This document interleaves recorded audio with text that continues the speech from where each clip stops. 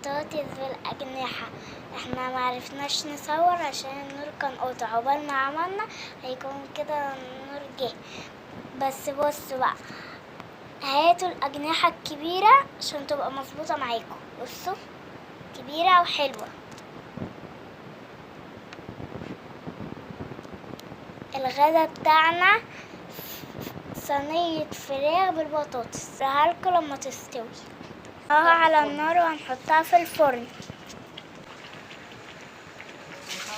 ايه رأيكم بقى في الغدا بتاعنا؟ شوية أجنحة تاكلوا صوابعكم ورانا، ورصوا شوية رز بقى بالشعرية حلوين قوي، وسلطة وأجنحة.